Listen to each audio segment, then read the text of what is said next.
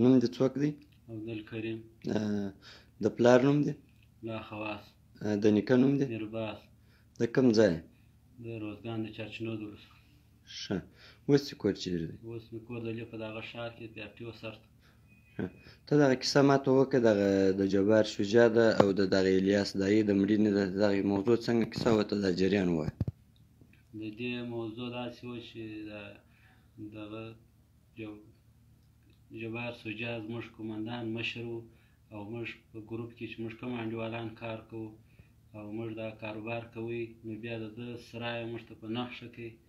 بیا زموږ انډیوالان یو زه ومه، یو بل انډیوال و، نو د شپې د خوا څه نومېده هغه انډیوال؟ هغه نو دغه نومېدی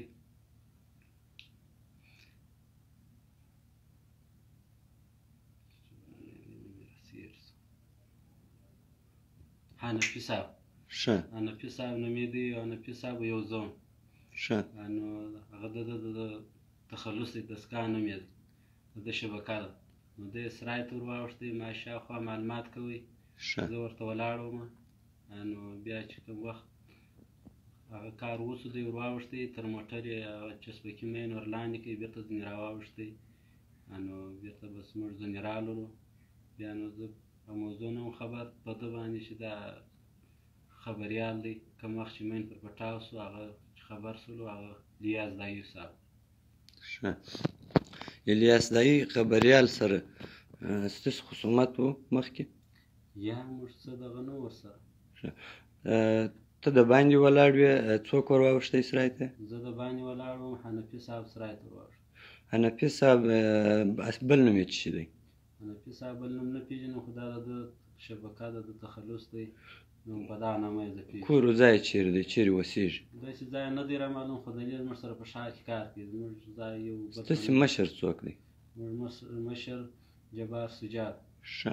هغه په دا ښار کې کار کوي؟ و. ښه. نور کم کسان چې ته سره کار کوي هغه څه نومېږي؟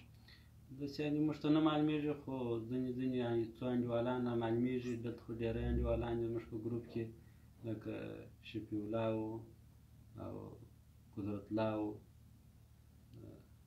عبدالولي و، داسې څو نومان. ښه.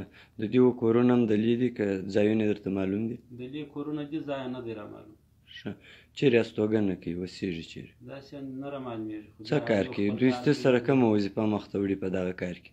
دوی بس خو موږ په دغه کار سره کوو، کومک باندې یو بل سره. کومه وظیفه مخته وړي؟ په ښار کې ستاسې وظیفه څه شي؟ زموږ مشر بس دغه د چسبکیانو د چریکي ویشتلو دغه. ښه. ښه. دغه د امنیت ملي کارمند هم وویشتی؟ و. دا په څه شي دې وویشتی؟ په توپنچه باندې. ښه. دغه الیاس دایي کور ته چې تاسې ورتلاست، په چش کې ورلاست؟ په موټر کې ورلاست که په موټرسایکل ورلاست؟ په پښو ورلاست؟ په چش کې ورلاست؟ په پښو ورلاست. په پښو ورلاست. مین ستاسو و؟ یا د ده سره و. ښه. نو ده نه ویله چې زه ولې دا کار کوم؟ دا خو زموږ د مشر د خوا دغه امر دی چې کوم سړی وایي دغه وکړي، موږ هغه کوو. ښه. ته خو به که مشکل نه لرې، پر تا خو به فشار نه وي ورور. یا دا څه چې دې ویل دا واقعیت دی؟ و. قناعت پر لرې؟ و.